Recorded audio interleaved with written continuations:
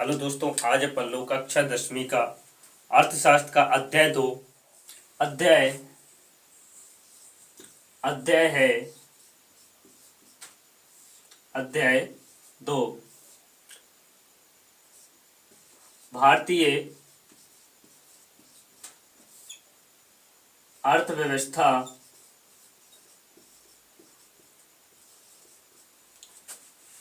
अर्थव्यवस्था के क्षेत्रक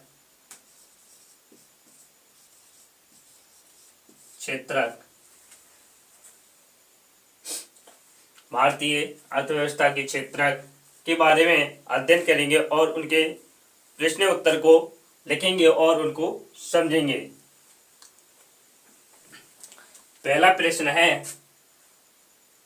प्रश्न पहला है, कोष्टक में दिए गए सभी विकल्प का इस्तेमाल कर रिक्त स्थानों की पूर्ति कीजिए। प्रश्न पहला है, सेवक क्षेत्र में रोजगार उत्पादन के समान अनुपात में वृद्धि हुई है या नहीं। इसका ऑप्शन है नहीं। दूसरा है, क्षेत्रक के श्रमिकों का उत्पादन नहीं करते हैं। तृतीय, कृषि।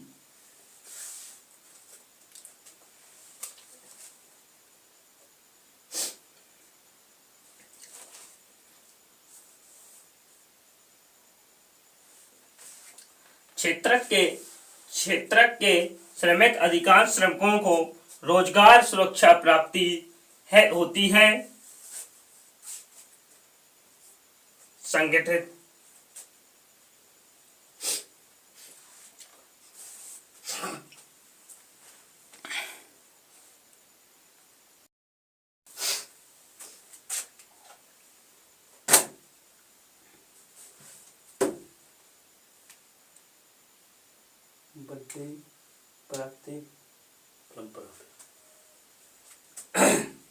प्रश्न चौथा है, भारत में अनुपात में श्रमिक असंगठित क्षेत्र में काम कर रहे हैं।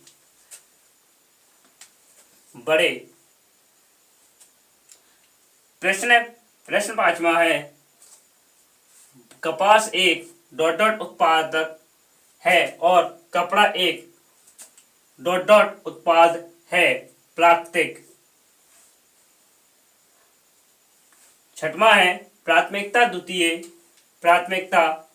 द्वितीय और तृतीय क्षेत्र को की गतिविधियां है। कैसी? परंपरा निर्भर। चित भूमि। इसका सही है, सरकार द्वारा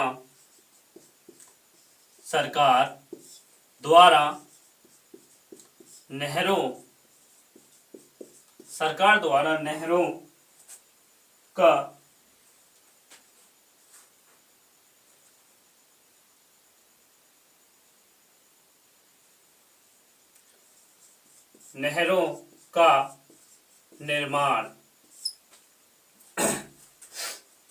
दूसरा है, फसलों का कम मूल्य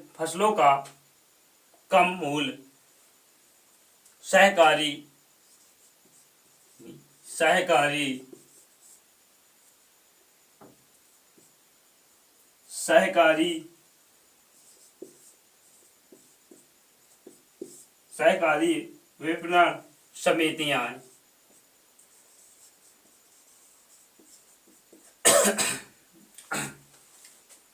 कर्ज भार कम ब्याज पर बैंकों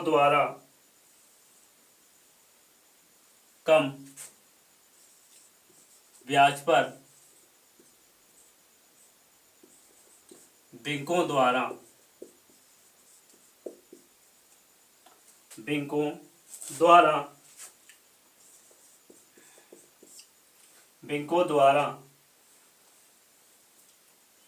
साख उपलब्ध कराना।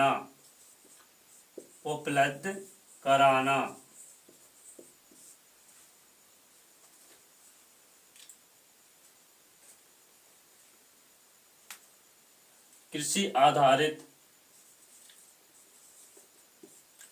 कृषि आधारित कृषि आधारित मेलों का स्थापना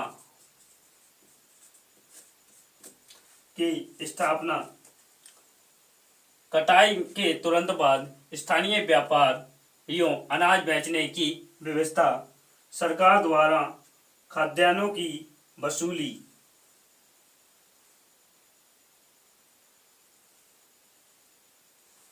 सरकार द्वारा खाद्यान्नों की वसूली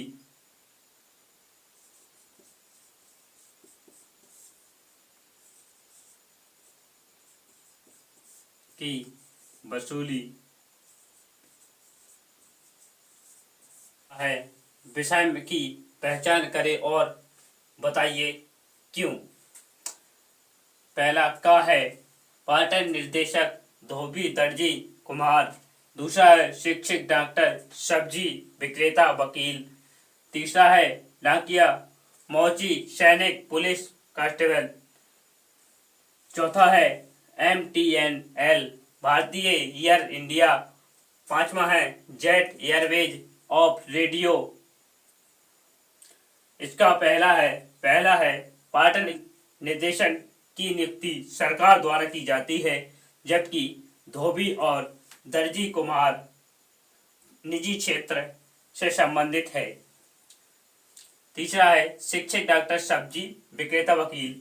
इसका है सब्जी विक्रेता तृतीय क्षेत्र में आते हैं।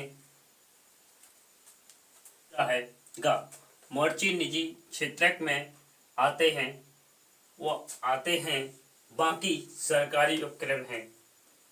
घा है जेट एयरवेज निजी उद्यम है, जबकि सरकारी उद्यम उपक्रम भी है। प्रश्न पांचवा है शोध छात्र। एक शोध छात्र ने सूरत शहर में करने वाले लोगों का अध्ययन करके निम्न आंकड़े जुटाइए। इसका उत्तर है, इसका सारणी बनाई जाएगी। आंकड़े हैं, पहला है कार्य स्थान, दूसरा है रोजगार की प्राप्ति और श्रमिकों की प्रतिशत यानी कितना है। पहला है सरकार द्वारा पंजीकृत कार्यालय और कारखानों में संगठित है, ये 15% है। दूसरा है औपचारिक अधिकार पत्र साहित्य बाजारों में अपनी दुकान क्या है संगठित है, 15% है।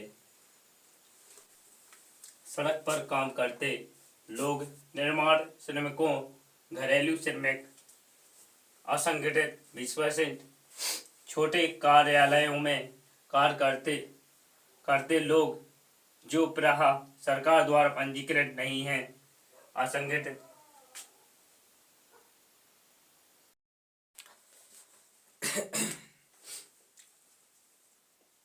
प्रश्न छठवां है, क्या आप मानते हैं कि आर्थिक गतिविधियों का प्राथमिक, द्वितीय एवं तृतीय क्षेत्र में विभाजन की उपयोगिता है? व्याख्या कीजिए।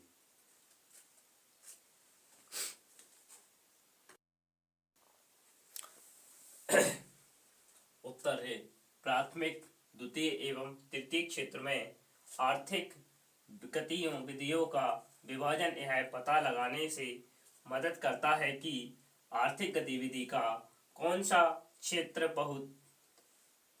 बहुत GDP और प्रति व्यक्ति आय से कम या ज़्यादा योगदान देता है। यदि तृतीय क्षेत्र प्राथमिक क्षेत्र देश की तुलना में बहुत तेजी से विकसित हो रहे हैं, तो इसका अर्थ है कि कृषि में भी कमी आ रही है और सरकार को इस उपाय करने चाहिए। कृषि आलोक या प्रतिगामी होने का ज्ञान केवल तभी हो सकता है जब हम जानते हैं कि यह किस क्षेत्रों का है इसलिए सुधारक आर्थिक प्रशासन और विकास के लिए इन तीन बुनियादी क्षेत्रों में आर्थिक गतिविधियों के वर्गीकृत करना आवश्यक है। प्रश्न 7वां है, इस अध्याय में आय प्रत्येक क्षेत्र को रोजगार और सकल घरेलू उत्पादन संघीय पर ही क्यों केंद्रित करना चाहिए? क्या अन्नवाद पदों का परीक्षण किया जा सकता है? चर्चा करें। इसका उत्तर है, रोजगार और सकल घरेलू उत्पाद पर ध्यान केंद्रित करने से वो महत्वपूर्ण चीजें निर्धारित होती हैं।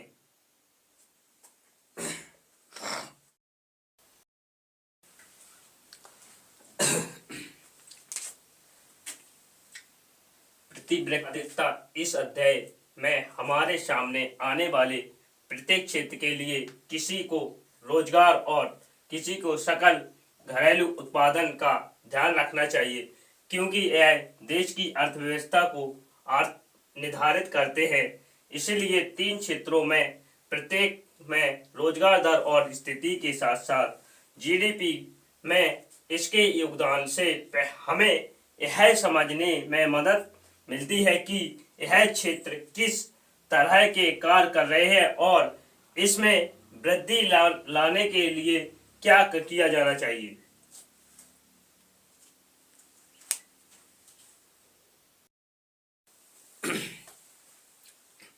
प्रश्न 8वां है, जीविका के लिए काम करने वाले अपने आप से आसपास के वयस्कों के सभी कार्यों की लंबी सूची बनाइए। उन्हें आप किस तरीके से वर्गीकृत कर सकते हैं? आप अपने चयन व्याख्या कीजिए। इसका उत्तर है, पहला शिक्षक संगठित है, डाकिया तृतीय संगठन क्षेत्र के अंतर्गत आते, वकील संगठित क्षेत्र, तृतीय क्षेत्र सार्वजनिक, सिपाही सार्वजनिक, दर्जी प्राथमिकता क्षेत्र के अंतर्गत आते हैं, दुकानदार प्राथमिकता क्षेत्र के अंतर्गत आते हैं, धोबी प्राथमिकता के अंतर्गत आते हैं।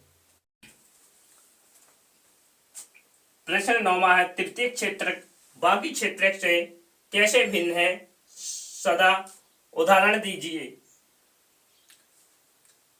उसका उत्तर है, तृतीय क्षेत्र अन्य क्षेत्र से अलग है क्योंकि यह कुछ भी निर्माण या उत्पादन नहीं करता है। इस कारण इसे सेवा क्षेत्र के रूप में भी जाना जाता है। विकास में प्राथमिक और द्वितीय क्षेत्रों को सहायता करता है। तृतीय क्षेत्र में परिवर्तन, माल के भंडार, संचार और बैंकिंग और प्रशासनिक कार्य जैसी सेवाएं शामिल हैं। प्रश्न 10वां है, प्रच्छन्न बेरोजगारी से आप क्या समझते हैं? शहरी और ग्रामीण क्षेत्रों में उदाहरण देकर व्याख्या कीजिए।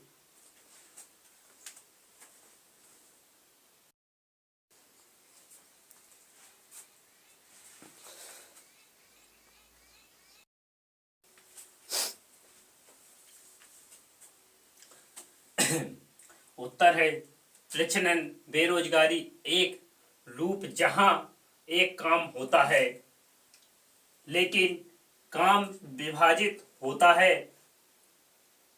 ग्रामीण क्षेत्र में यह कृषक समुदाय में देखा जा सकता है, जहां एक परिवार के सभी सदस्य खेत पर काम कर रहे हैं, भले ही इतना हाथों की आवश्यकता भी ना हो। दूसरे काम को कमी के कारण वे ऐसा करते हैं। शहरी क्षेत्रों में प्रजनन बेरोजगारी को सेवा क्षेत्र में देखा जा सकता है, जहां चित्रकार, प्लम्बर करने वाले को व्यक्ति और छोटे काम करने वाले लोगों को काम करते हैं, लेकिन जहां रोजगार या नियमित रोजगार नहीं मिलता सकता है।